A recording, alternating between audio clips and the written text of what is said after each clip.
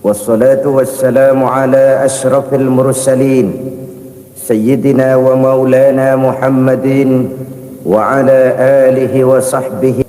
Selalu berusaha menyimpan sesuatu yang bisa membawa manfaat, baik untuk dirinya, untuk anak cucunya, maupun untuk keluarganya, untuk masa kini dan masa depannya. Kadang simpanan itu berbentuk uang, kadang berupa tanah, lain saat berbentuk pabrik, dan lain sebagainya. Sementara masa depan yang paling pasti adalah akhirat. Jika untuk masa depan dunia kita rela memeras keringat, membanting tulang, pergi pagi dan pulang petang, menyimpan uang, menyimpan tanah, menyimpan pabrik, pernahkah kita merenung jika satu saat kiamat datang, kita dibangkitkan dari kubur masing-masing, berdiri di padang mahsyar untuk mempertanggungjawabkan seluruh kegiatan hidup kita di dunia ini, lalu kita akan menuju ke alam akhirat. Sudahkah kita mempunyai simpanan untuk akhirat kita? Pada pertemuan kali ini saya ingin menyampaikan sebuah hadis di mana Rasulullah sallallahu alaihi wasallam bersabda, arba'un min kanzil jannah. Simpanan sorga ada 4 macam. Yang pertama, ikhfa'us sadaqah, menyembunyikan sedekah. Saudara-saudara kaum muslimin, sebagaimana yang kita maklum bahwa Allah Subhanahu wa taala melebihkan sebagian rezeki dari kita terhadap yang lain. Ada yang kaya, ada yang setengah kaya, ada yang miskin, ada yang setengah miskin, dan selanjutnya. Ada yang gajinya kecil tapi penghasilannya gede. Ada yang penghasilannya gede tapi nggak punya gaji. Ada juga yang memang gajinya gede dan penghasilannya gede. Kelebihan rezeki merupakan sunnatullah dan tidak harus membuat kita merasa lebih dari yang lain. Bahkan sebaliknya, kelebihan itu harus membuat kita ringan tangan untuk menolong mereka yang memang memerlukan pertolongan. Kalau saudara diberikan ilmu, maka pertanyaan akhirat cuma satu: ilmumu kau amalkan untuk apa? Kalau saudara diberikan umur yang panjang, pengadilan akhirat juga bertanya satu: umurmu kau habiskan di mana? Tapi kalau saudara diberikan harta, pengadilan akhirat akan bertanya dua: hartamu kau dapat dari mana? Kau belanjakan kemana? Dari mananya ditanya, dan kemananya juga ditanya. Oleh karena kita akan dimintakan pertanggungan jawab, maka amanah yang bernama harta ini harus kita gunakan dengan sebaik-baiknya. Ada penggunaan yang merupakan kewajiban, itu zakat namanya. Ada penggunaan yang sewaktu-waktu, itu infak namanya. Ada yang lebih sewaktu-waktu lagi, dan itu sedekah namanya. Zakat dia terikat oleh haul dan nisab, oleh putaran batas waktu dan ukuran dari harta itu sendiri. Sedangkan infak terikat oleh situasi dan kondisi perekonomian seseorang. Sedangkan sedekah tidak terikat dengan apapun. Dalam kondisi seperti apapun kita bisa melakukan sedekah dengan yang terkecil sekalipun. Sampai-sampai Rasulullah sallallahu alaihi wasallam mengajarkan, la tahqiranna minal ma'rufi syai'an walau an talqa akhaka biwajhin talik. Atau ada hadis, tabassumuka fi wajhi akhika laka shadaqah. Senyumanmu kepada temanmu adalah sedekah. Jadi untuk melakukan sedekah tidak harus dalam berbentuk uang. Dengan ilmu kita bisa sedekah, dengan tenaga kita bisa bersedekah, dengan pikiran kita bisa bersedekah, bahkan senyum kepada teman itu pun sedekah. Jadi kalau sedekah dengan uang memang belum punya uang, nyengir aja banyakin. Itu asal pada tempatnya, jangan lalu ketemu tiang listrik cengengesan. tentu tidak pada tempatnya dan tidak wajar. Nah, sedekah yang paling dicintai Allah adalah sedekah yang disembunyikan. Artinya jauh dari sifat riya. Kan kadang-kadang ada orang sedekah itu disebutkan namanya, apa tidak bagus? Kalau memang niatnya ikhlas, ya bagus-bagus saja untuk memberikan sugesti kepada yang lain. Si Fulan bin Fulan nyumbang sekian, diumumkan. Boleh kalau niatnya untuk memberikan rangsangan kepada yang lain supaya dia menyumbang lebih besar dari orang tadi. Tapi kalau itu mendatangkan riya, maka sedekah yang paling dicintai Allah adalah sedekah yang disembunyikan. Tangan kiri saja tidak tahu apa yang diberikan oleh tangan kanan. Sedekah yang dilakukan dengan ikhlas akan merupakan perbendaharaan surga, tersembunyi dari pandangan orang lain, tidak seorang pun tahu. Karena memang sikap yang baik adalah melupakan kebaikan dan mengingat kesalahan. Itu salah satu ciri orang bahagia. Orang yang selalu mengingat kesalahannya dan berusaha melupakan segala kebaikannya. Kalau dia akan berada kebaikan, dia tidak bisa ikut, dia merasa rugi karena dia merasa belum pernah berbuat baik. Tapi kalau akan melakukan kesalahan baru, dia ingat kesalahan yang sudah-sudah, sehingga terhalang baginya untuk melakukan satu kesalahan baru. Demikianlah saudara-saudara, bahwa Allah melebihkan rizki sebagian kita dari yang lain, agar terjadi tolong menolong dalam kehidupan ini. Jadi kesenjangan yang nature, kesenjangan yang alami, itu sunnatullah. Ada yang kaya, ada yang miskin, ada yang kelas menengah. Nah, kenapa lalu sekarang kita berusaha mengentaskan kemiskinan? Oleh karena adanya kesenjangan struktural. Kalau yang kaya bisa semakin kaya, kenapa yang miskin tidak bisa naik jadi ikut sedikit kaya? Sebab pada dasarnya Islam adalah agama yang sejak turunnya sudah berupaya memerangi kemiskinan. Bahkan dikatakan kemiskinan itu mendekatkan kepada kekufuran. Orang kalau miskin udah dekat banget sama kafir. Gampang menjadi kafir. Berapa banyak saudara-saudara kita yang oleh karena soal perut, oleh karena soal materi, terpaksa meninggalkan dan menanggalkan akidahnya, menjual petunjuk yang diberikan Allah dengan kesenangan dunia yang cuma sebentar ini. Na'udzubillah thumma na'udzubillah. Jadi makin kita sembunyikan satu sedekah, semakin banyak perbendaharaan kita di surga. Sedekah yang paling dicintai Allah adalah sedekah yang disembunyikan. Malahan ada seorang sufi, dia punya kebiasaan kalau pergi sholat Jumat dia bawa uang, itu uang dia taruh di bawah tikar masjid. Dia niat sedekah kepada siapa saja yang nemuin itu duit. Maksudnya apa? Supaya yang nemuin nggak tahu siapa yang punya duit. Demikian dia saking ingin menyembunyikan sedekahnya. Karena sifat riya itu bisa memakan amal kita sendiri. Riya itu termasuk menyebut-nyebut kebaikan kita. Orang yang suka nepuk dada, sedikit-sedikit ngitungnya kalau nggak gua. Tuh kalau nggak gua tuh. Tuh yang belas itu kalau nggak gua, kalau nggak gua. Iya kalau nggak lu kenapa emang? Orang yang suka menepuk jasad. Tuh biasanya memang begitu saudara-saudara. Kalau perang lagi berkecamuk, orang nggak sempat ngaku jadi pahlawan. Tapi begitu perang selesai, yang kagak kenal bedil ngaku pahlawan, mas. Itu sesuatu yang biasa. Oleh karenanya, orang-orang yang ikhlas dalam bersedekah, disembunyikannya sedekah itu, Allah cinta betul. Malahan ada hadis memberikan jaminan, inna sadaqatal mar'il muslimi tazidu fil umri wa tadfa'u mitatas su'i.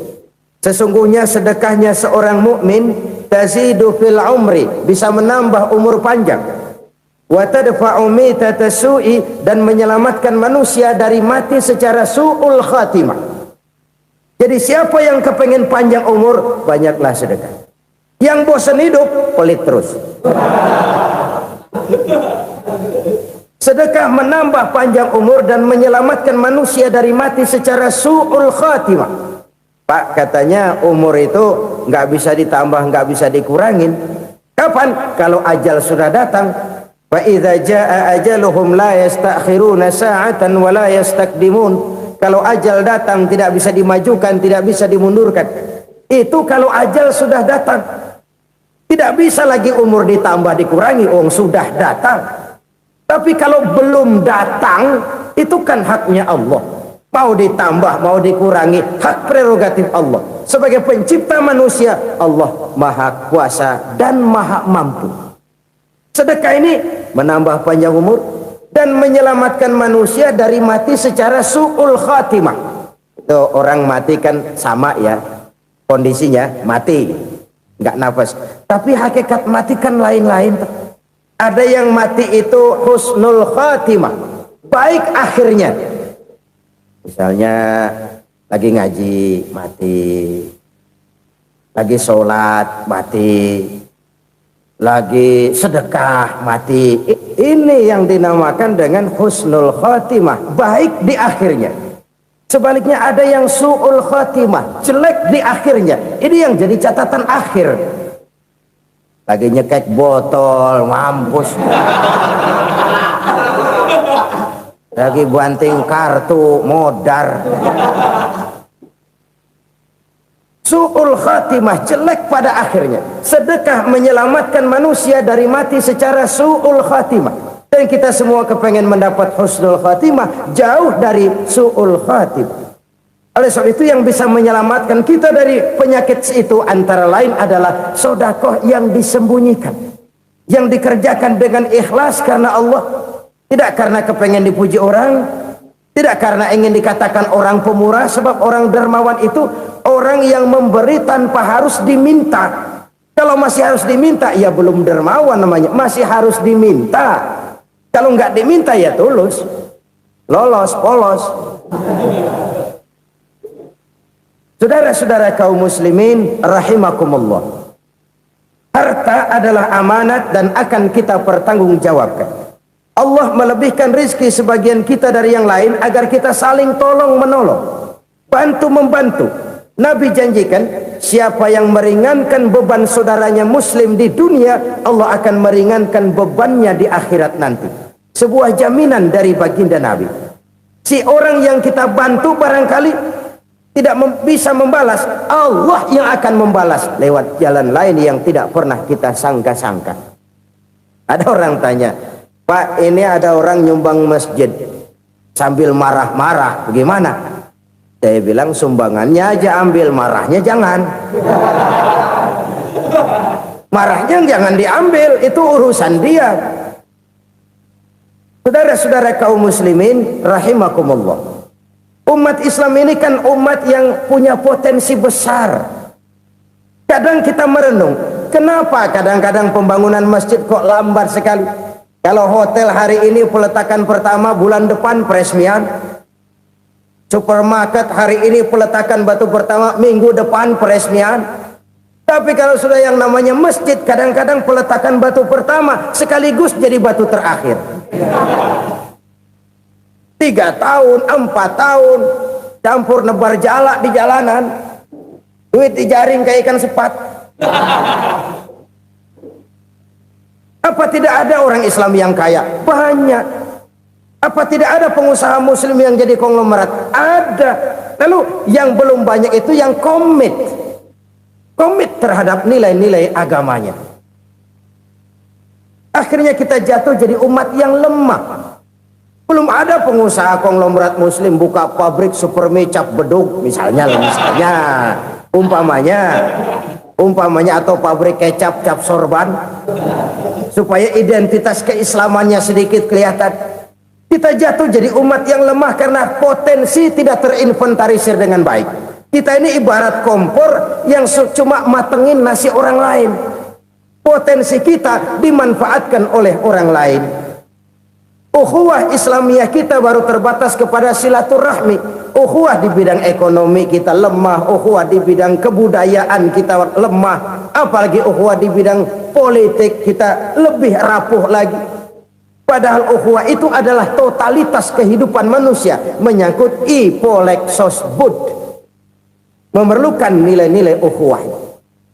Jadi oleh karena itu mari kita menyadari di dalam harta kita, walaupun kita yang cari pergi pagi pulang sore peras keringat banting tulang, di sana ada harta anak yatim, di sana ada hak masjid, di sana ada hak pesantren, di sana ada hak jihad. Berbahagialah seseorang apabila dia oleh Allah dijadikan keran. Keran itu menyimpan air, tapi tidak untuk dirinya, tapi disalurkannya kepada mereka yang memang memerlukannya. Saudara-saudara kaum muslimin rahimakumullah, ini yang pertama. Jadi perbendaharaan surga adalah menyembunyikan sedekah. Orang lain nggak tahu, kita pun nggak pernah ngitung-ngitung.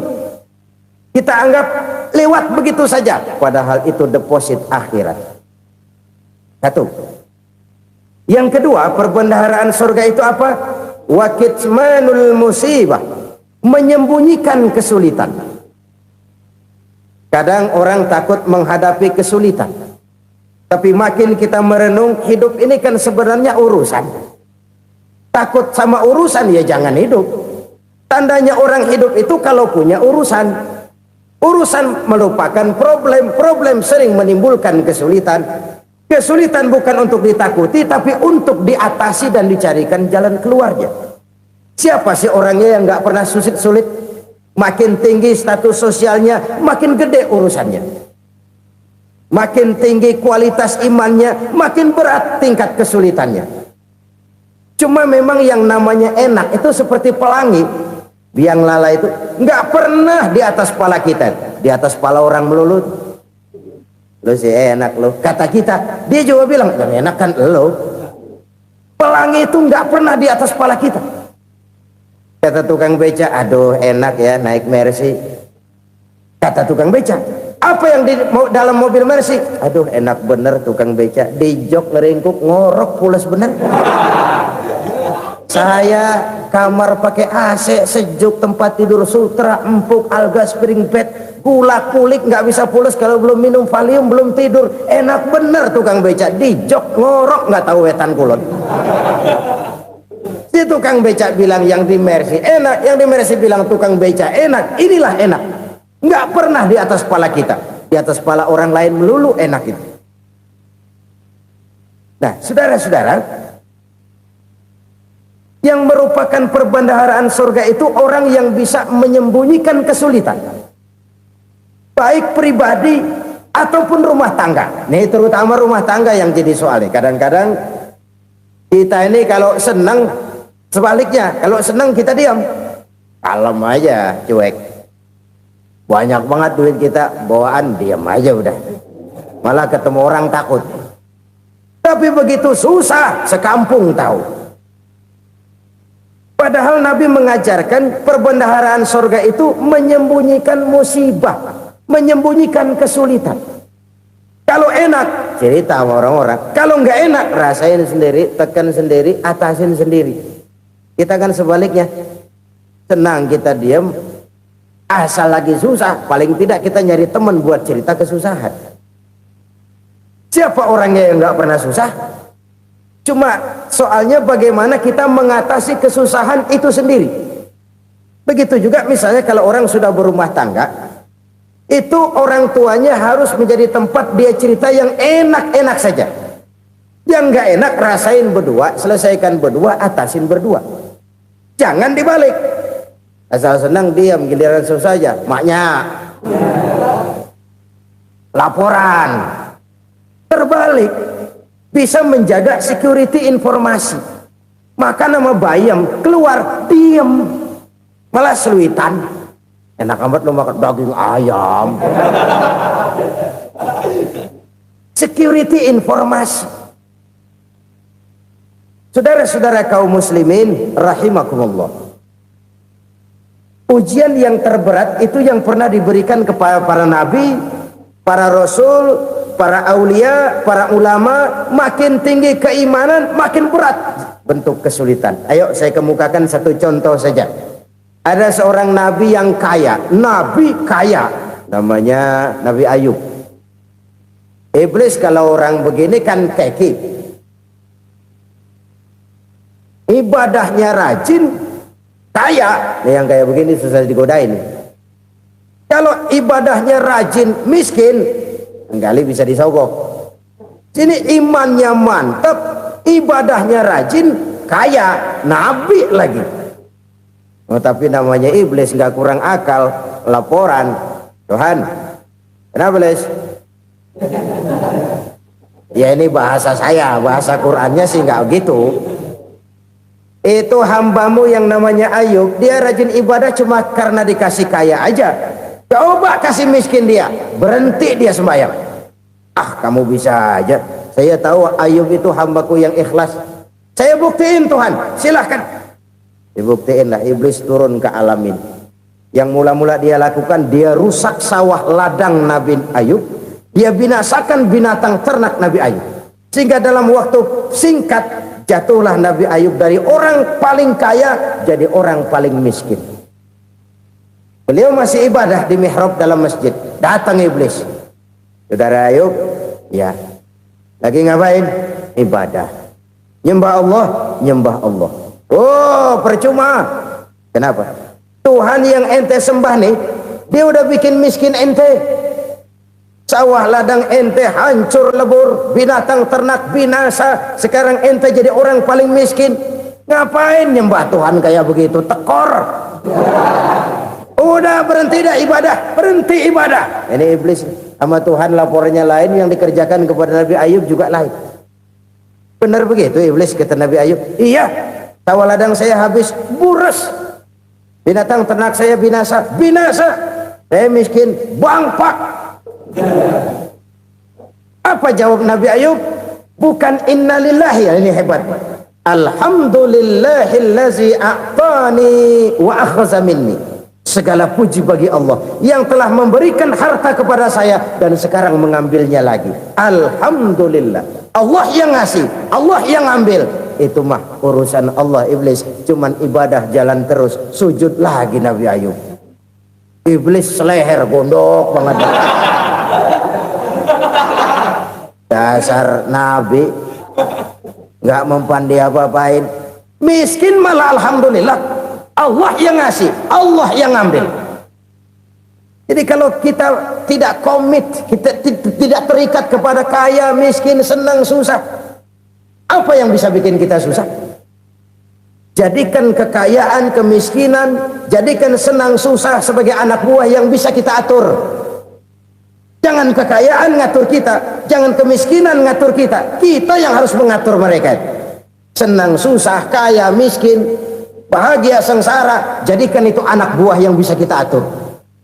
Kalau sekarang kita kaya, lain saat boleh jadi kita miskin, semiskin-miskinnya. Allah yang ngasih, Allah yang ngambil. Tenaga mana yang bisa menghalangi? Ibadah jalan terus. Iblis makin gondok. Dasar Nabi loh. Akhirnya apa? Nabi Ayub dikerjain, diberikan penyakit. Demikian fatal penyakitnya. Bayangin, udah miskin sakit. Masya Allah. Miskin sakit. Sakitnya nggak lama, kira-kira 16 tahun. Istrinya 3, 2 mental minta ceraiin. Ngerawatin laki bengek begini. Senang belum tentu, susah udah pasti nih. Cerai aja, cerai dah. Cerai. Tinggal satu Siti Rahmah yang setia menemani beliau. Sesetia-setianya hati perempuan. Satu saat Siti Rahmah bilang, "Bang, iya, abang kan Nabi bang. Lalu namanya Nabi kan doanya jarang meleset bang. Maksud kamu minta kenapa sih sama Tuhan biar abang sembuh baik dah bang?" Siti Rahmah, iya. Saya sakit berapa tahun sih dah? 16 tahun bang. Sebelum ini saya sehat berapa tahun? Ya kira-kira 60 tahun bang. Nah coba ente banding-bandingin Rahmah.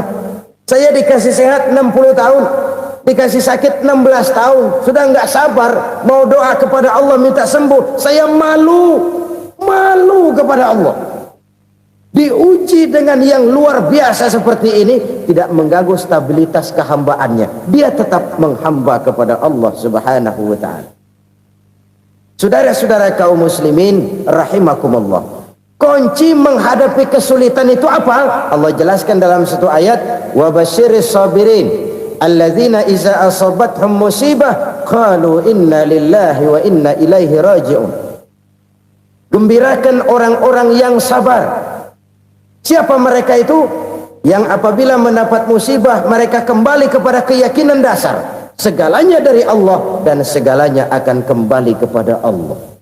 Ini konsepsi dasar dari sikap muslim dalam menghadapi berbagai kesulitan. Segalanya dari Allah, segalanya akan kembali kepada Allah. Kalau ini sudah kondisi dasarnya, maka kita akan lapang menghadapi kenyataan bagaimanapun pahitnya. Apakah itu namanya miskin, apakah itu namanya sakit, bahkan maut sekalipun. Maut sekalipun. Segalanya dari Allah, segalanya akan kembali kepada Allah. Ini sikap hidup, bukan sekedar ucapan. Kita kadang-kadang menjadikannya sebagai ucapan. Mulutnya sehingga berhenti, innalillahi wa inna ilaihi raji'un, tapi nangisnya terus gerung-gerungan. Bukan itu, ini kesadaran moral. Kalau segalanya dari Allah, segalanya kembali kepada Allah, kan sebenarnya cuma nunggu giliran.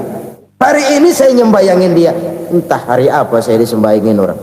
Hari ini saya antar dia ke kubur, entah hari apa orang nganterin saya ke kubur.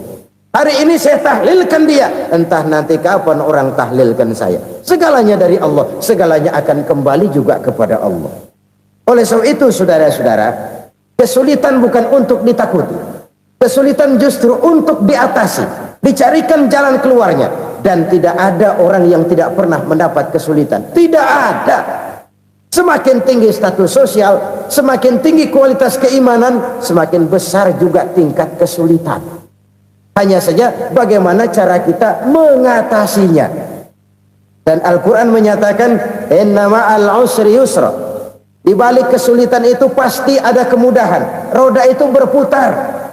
Karena itu Rasulullah Sallallahu Alaihi Wasallam mengingatkan kepada kita, ta'arraf ilallahi firraha ya'rifka fisyiddah.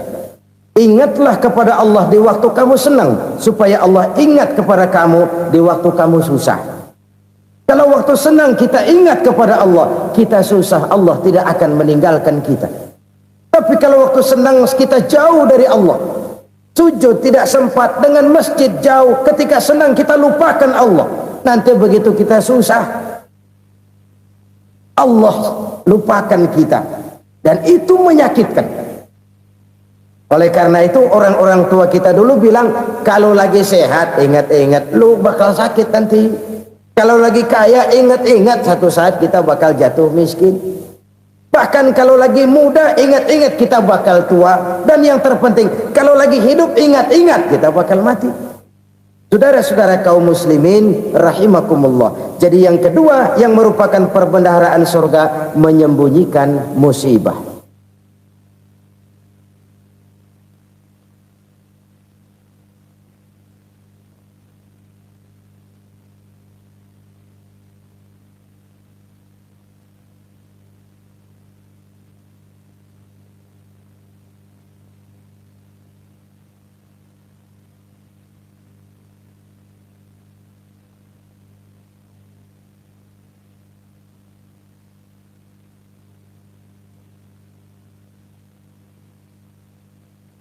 Saudara-saudara kaum muslimin rahimakumullah.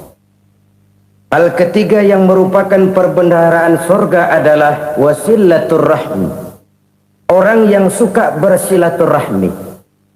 Sebagaimana yang kita maklum bahwa manusia adalah makhluk yang disebut zon politika. Makhluk sosial yang tidak mungkin hidup sendiri-sendiri. Betapa dan siapapun kita memerlukan orang lain. Bodoh betul manusia kalau tinggal di tengah masyarakat tapi tidak mau bermasyarakat. Merasa hebat sendiri, pintar sendiri, gagah sendiri, kaya sendiri. Mungkin kalau mati juga ngubur sendiri. Jangankan kita di sini, di sorga saja Nabi Adam waktu sendirian bengong melulu, mondar mandir. Allah tegur dam sepi dam. Ya ini kalau bahasa saya. Iya Tuhan sepi ini nggak ada coret-coretan pisan ini. Diciptakan Siti Hawa, baru anteng Nabi Adam. Itu di surga. Cobalah. Umpamanya saudara tinggal di Jakarta nih. Kayak bener. Apaan aja di Jakarta punya saudara dah. Jembatan Semanggi ambil. Monas, Buntel bawa pulang. Hotel-hotel ambil semua. Cuman tinggal di Jakarta sendirian, apa enaknya? Betapa dan siapapun kita perlu orang lain. Tidak ada seorang pun yang bisa memenuhi kebutuhan hidupnya secara sendiri-sendiri. Nah, Islam telah menyelamatkan manusia dari ras diskriminasi, mengikat manusia dengan persaudaraan yang berlandaskan kepada akidah. Karena itu dianjurkan bersilaturahmi. Bahkan Nabi menyatakan, man arada ayyubsata lahu fi rizqihi wa yunsa'a fi atharihi falyasil rahimah. Siapa yang kepengen diluaskan rezekinya dan dipanjangkan usianya, banyaklah ia bersilaturahmi. Siapa yang kepengen dimudahkan rezekinya, hendaknya ia banyak bersilaturahmi. Kalau banyak teman, kesulitan kan paling tidak ada tempat cerita. Udah susah, sendirian kita pikirin diri, nggak ada tempat tukar pikiran. Cepet banget sama bengek. Dilawan sendiri. Nah, secara makro kita bisa berkata, tidak mungkin ada kemenangan kalau tidak ada kekuatan. Tidak ada kekuatan kalau tidak ada kesatuan dan persatuan. Tidak mungkin ada kesatuan dan persatuan tanpa semangat silaturahmi. Kalau umat Islam mau menang, dia harus kuat. Kalau umat Islam mau kuat, dia harus bersatu. Kalau umat Islam mau bersatu, dia harus membudayakan silaturahmi ini. Bahkan sampai-sampai kata Nabi, kalau bisa cari nilai tambah. Apa? Silman qata'ak. Bersilaturahmilah kau kepada orang yang marah denganmu. Masya Allah, indahnya ajaran agama kita. Orang yang marah pun kepada kita, kata Nabi, kalau bisa bersilaturahmilah kepadanya, kepada orang yang marah itu. Di situ nilai tambah. Cuman jujur nih hadis, ngucapinnya gampang, ngamalinnya yang berat banget. Orang marah sama kita, kita disuruh silaturahmi. Ada apa malu? Lu marah, ada gua marahan lagi. Tunggu pikirin. Saudara-saudara kaum muslimin rahimakumullah. Tapi ini yang diajarkan, bahkan ini yang dicontohkan oleh baginda Rasul. Bagaimana begitu mudah, misalnya satu saat Abu Jahal ini ngatur strategi bagaimana bikin Muhammad celaka. Dia gali lubang di depan tempat tidurnya. Dia tutupin daun korma. Terus dia panggil seseorang, ke sini. Kasih tahu Muhammad, pamannya sakit keras, minta ditengokin. Berangkat orang ini ke sana. Muhammad, labbaik. Pamanmu sakit keras, dia minta ditengokin. Baik, saya akan datang menjenguk beliau. Berangkatlah Nabi ke rumah Abu Jahal tanpa prasangka apapun. Abu Jahal udah pasang setil, selimut 3 rangkap setengah dipakai, persis kayak orang meriang. Tapi sembari ngintip dari balik selimut, begitu Muhammad buka pintu, nah masuk perangkap nih. Muhammad jalan menuju tempat pembaringan. Makin lama makin dekat, makin lama makin dekat, makin dekat ke lubang yang dipasang oleh Abu Jahal itu. Dalam hati Abu Jahal, terus dah jatuh, mampus dah lo ini. Mampus lo hari ini nih. Apa yang terjadi? Malaikat Jibril datang. Muhammad, pamanmu cuma pura-pura sakit. Di depan tempat tidurnya ada lubang perangkap supaya kamu jatuh ke situ. Sudah, kamu pulang. Balik kanan Nabi. Sudah hampir jatuh ke lubang, balik kanan, pulang. Bayangin kecewanya Abu Jahal. Muhammad dikit lagi, Muhammad dikit lagi. Enggak paman, saya pulang aja. Emosi bangun dari tempat tidur, enggak sadar kalau lagi pura-pura sakit. Lompat ngejar Nabi, dia lupa dengan lubang yang dia gali. Pusrak, nyemplung sendiri ke dalam lubang.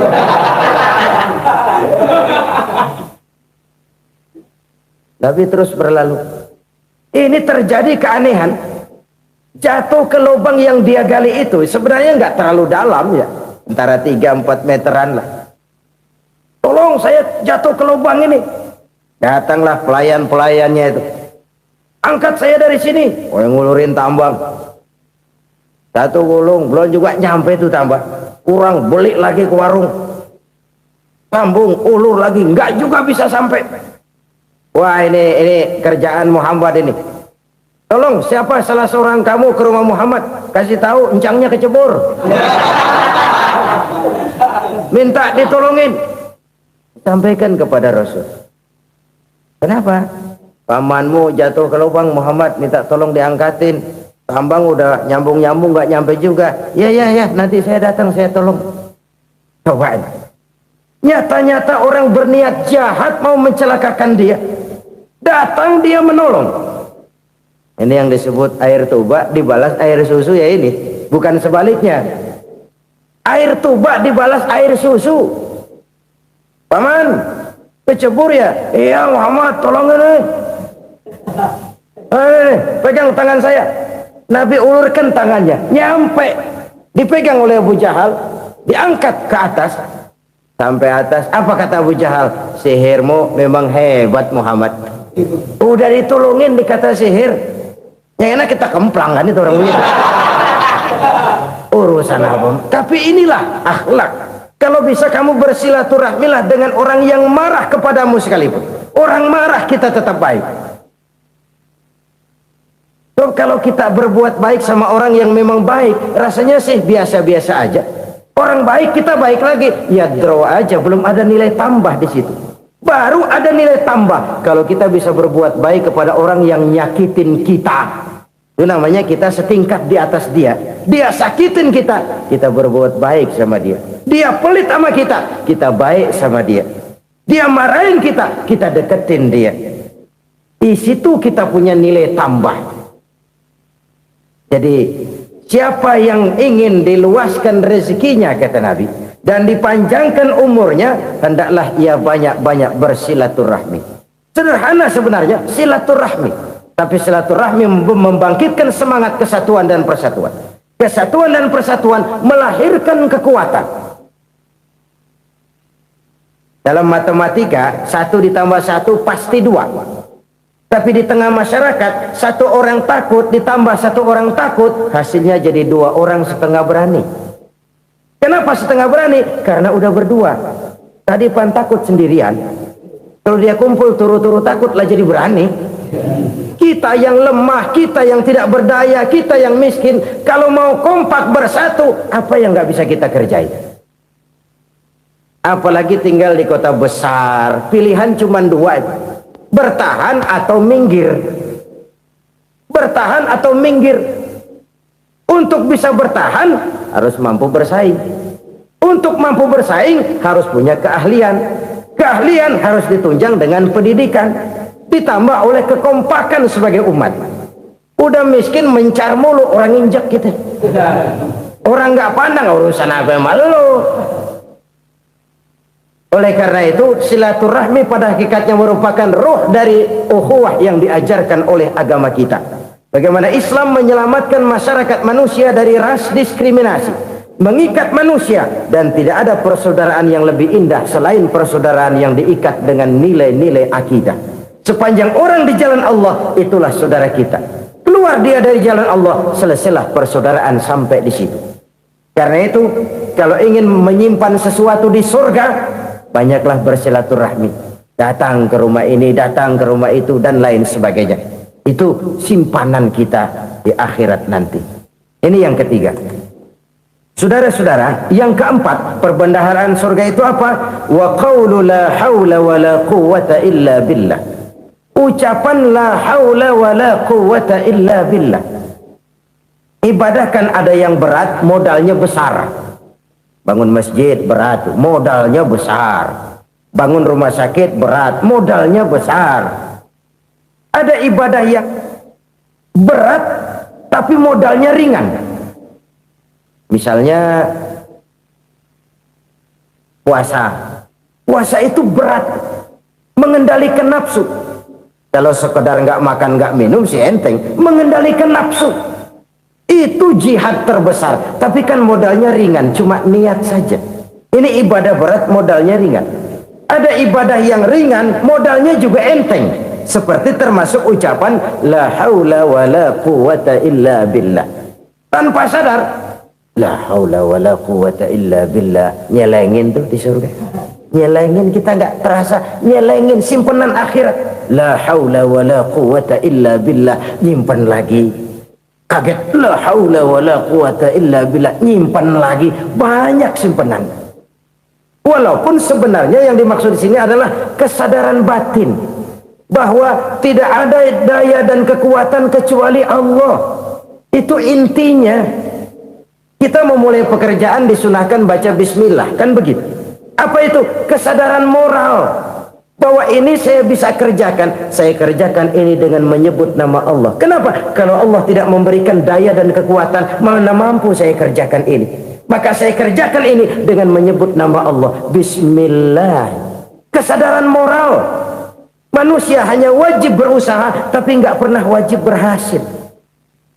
Banyak hal-hal yang kalau kita renungkan secara rasio nggak mungkin, tapi jadi kenyataan. La haula wala quwata illa billah. Tidak ada daya dan kekuatan kecuali bagi Allah semata-mata. Kesadaran moral akan kelemahan dan keterbatasan makhluk bernama manusia.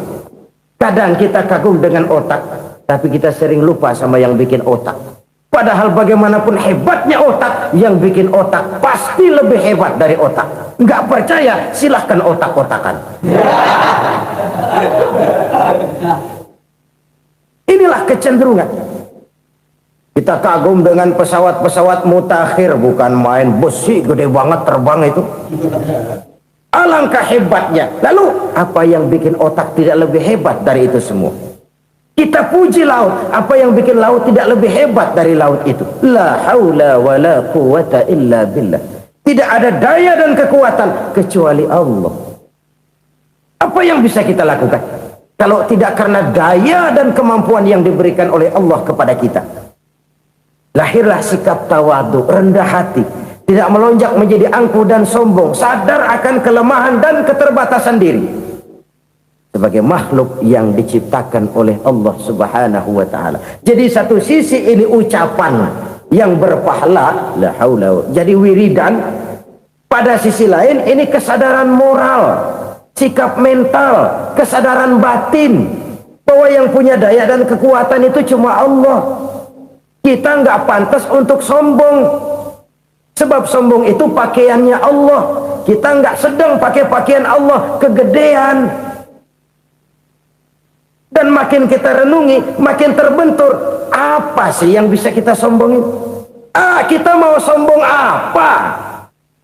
Kaya? Pintar? Itu kan semua relatif. Di atas langit masih ada langit lagi.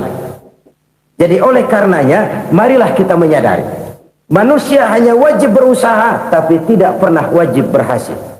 Yang berusaha saja tidak wajib berhasil, apalagi yang tidak berusaha. Islam bukan agama orang pemalas yang selesai sholat lalu endelohom, enggelenggem ayem-ayem. Tapi Islam bukan agama orang sombong yang setelah berusaha lalu tidak memerlukan Allah. Kita bisa saja bikin proyeksi, tahun sekian kita bakal panen besar menurut perhitungan otak. Tapi ada kejadian lain. Apa? Tikus ngambek.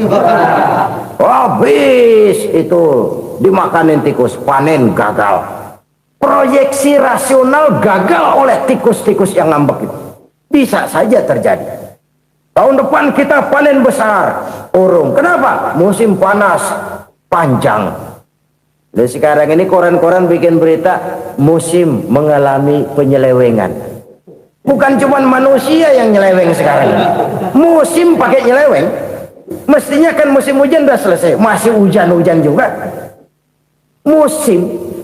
Nah sekarang kita boleh bikin proyeksi. Kita bakal panen besar. Tahu-tahu musim panas panjang. Sawah retak, air kering. Cari teknokrat yang paling botak. Suruh pendekin tuh musim panas.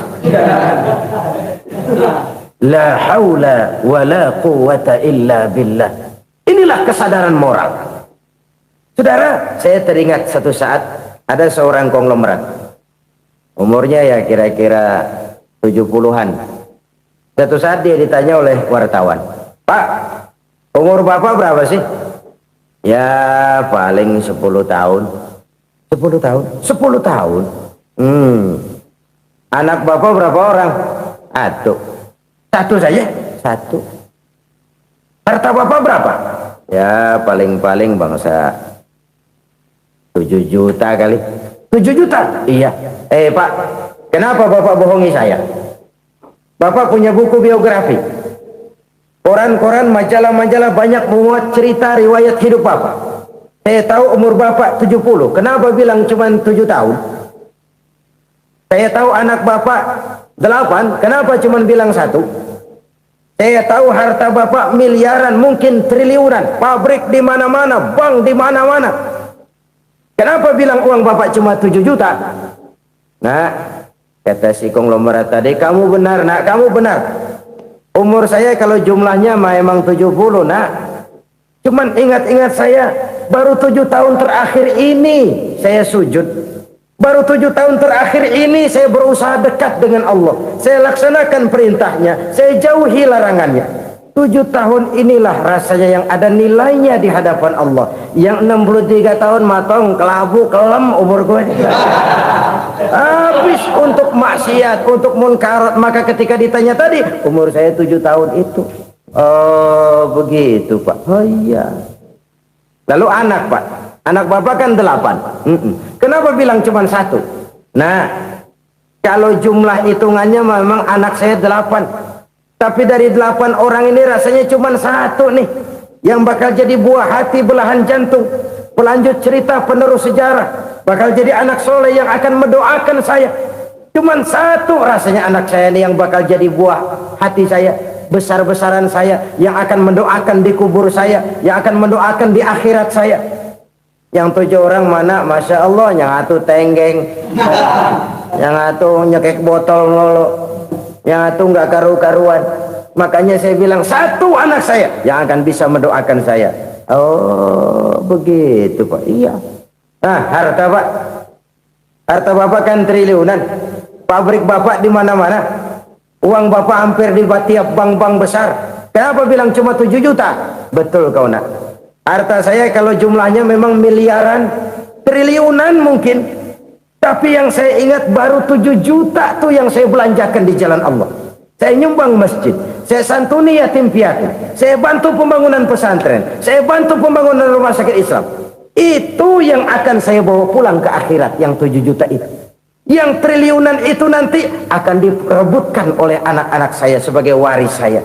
Jadi harta saya 7 juta itu yang bakal nemenin saya di akhirat, yang akan saya bawa pulang jadi teman saya.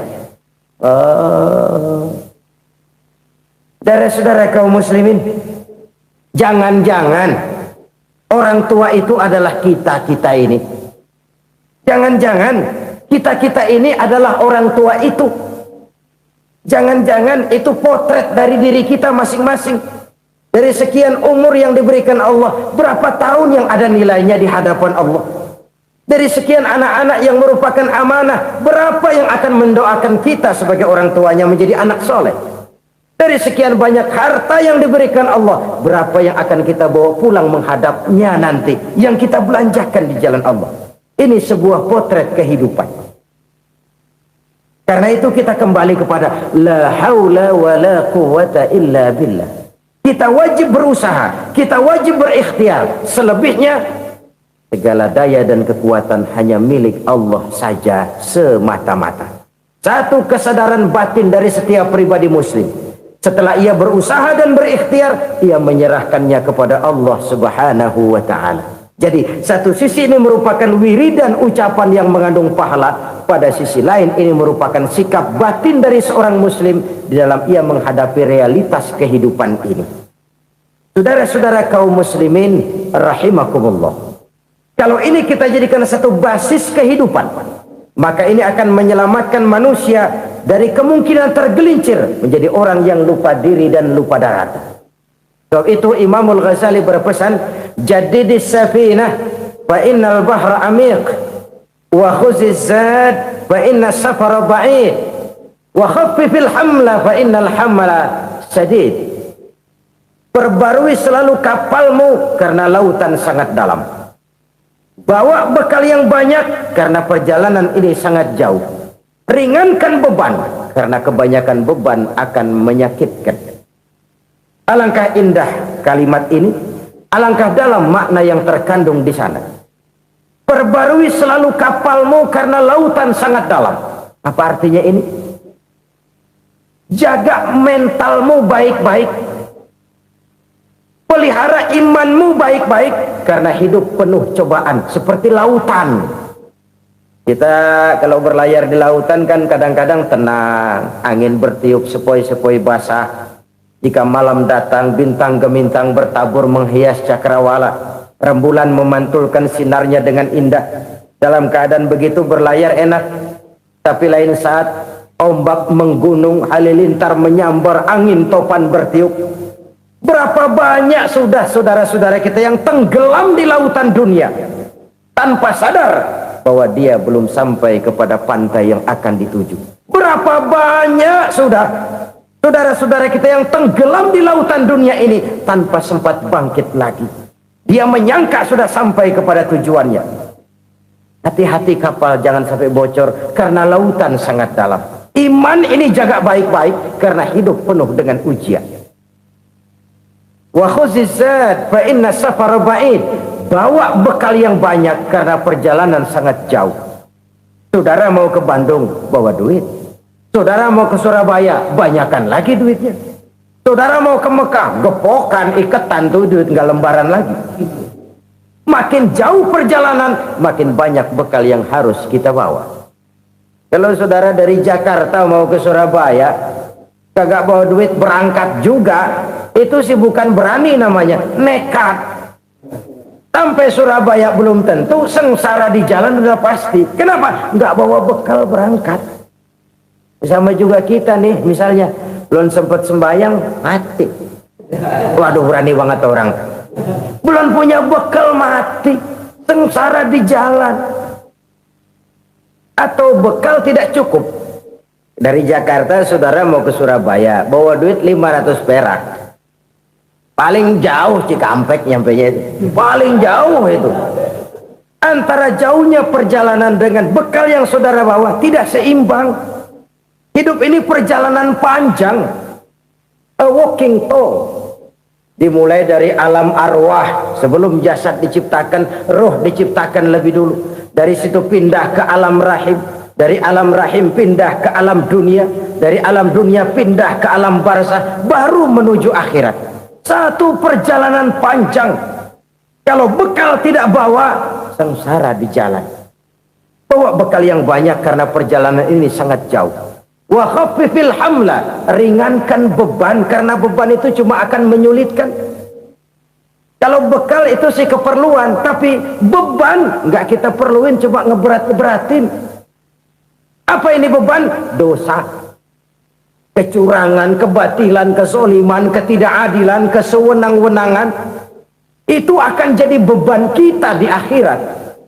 Alangkah celakanya, perjalanan panjang, bekal tidak bawa, beban kelewat banyak, alamat sengsara di jalan. Pahala tidak ada, dosa berlipat ganda. Na'udzubillah, summa na'udzubillah. Kalau kita rangkum nasihat Al-Ghazali dengan kisah si konglomerat tadi, kita akan mengambil kesimpulan. Pertama, bekal terbaik dalam menghadapi gejolak kehidupan ini tidak lain adalah iman. Yang kedua, pahala dan dosa.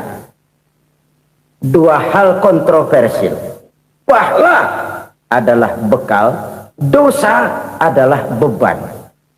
Tapi kita sekarang kan tidak begitu terangsang kepada yang abstrak. Orang berlomba mencari yang konkret-konkret saja, yang real. Kalau memang dosa, benjol dong, kira-kira begitu. Kira-kira begitu. Persis orang Yahudi dulu. Orang Yahudi itu kan pernah minta kepada Nabi Musa, Ya Musa, lan nu'mina laka hatta narallaha jahrah. Musa, kami nggak bakal mau beriman kepada Allah kalau belum kami lihat Allah ada nongkrong di depan kami. Kalau memang Tuhan ada, taruh dong di depan kami. Mau yang konkret-konkret saja. Kalau memang dosa, benjol dong. Kalau emang pahala, berasa dong. Orang terangsang kepada yang real, yang konkret-konkret saja. Karena itu, untuk mengejar dosa orang mau bayar. Tapi untuk mengejar pahala, walaupun tidak bayar, orang segan. Ini yang dikatakan oleh Nabi. Kamu mengharapkan ke surga, tapi kamu berat melaksanakan sesuatu yang bisa membawa kamu ke surga. Kamu ingin jauh dari neraka, tapi tiap saat kamu lakukan perbuatan-perbuatan yang justru menjerumuskan kamu ke neraka. Idda'aitum an-najata minan nar wa ramaitum fiha anfusakum. Kamu ingin selamat dari neraka, tapi kamu lemparkan diri kamu ke neraka. Kamu ingin masuk surga, tapi berat sekali kamu melakukan perbuatan-perbuatan yang bisa menyampaikan kamu di surga. Saudara-saudara kaum muslimin rahimakumullah. Jadi hal keempat yang merupakan perbendaharaan surga adalah la haula wa la quwwata illa billah. Satu sisi ini merupakan ucapan yang memperberat timbangan akhirat. Pada sisi lain ini merupakan sikap hidup seorang muslim. Kesadaran batin yang sangat dalam bahwa tidak ada daya dan kekuatan kecuali Allah. Dan itu kita simbolkan pada saat memulai pekerjaan dengan Bismillah, dengan menyebut nama Allah. Satu kesadaran moral, saya hanya bisa melakukan ini karena diberikan daya dan kekuatan oleh Allah. Lahirlah sikap tawadu, rendah hati, tidak melonjak menjadi angkuh dan sombong. Saudara-saudara, sampai sini dulu jumpa kita kali ini. Semoga 4 perbendaharaan surga ini dapat kita lakukan, yang kelak akan merupakan bekal kita di kemudian hari nanti. Amin ya rabbal alamin. Terima kasih atas segala perhatian, mohon maaf atas segala kekurangan. Usikum wa iyaya bitaqwallah. Wassalamu alaikum warahmatullahi wabarakatuh. Waalaikumsalam warahmatullahi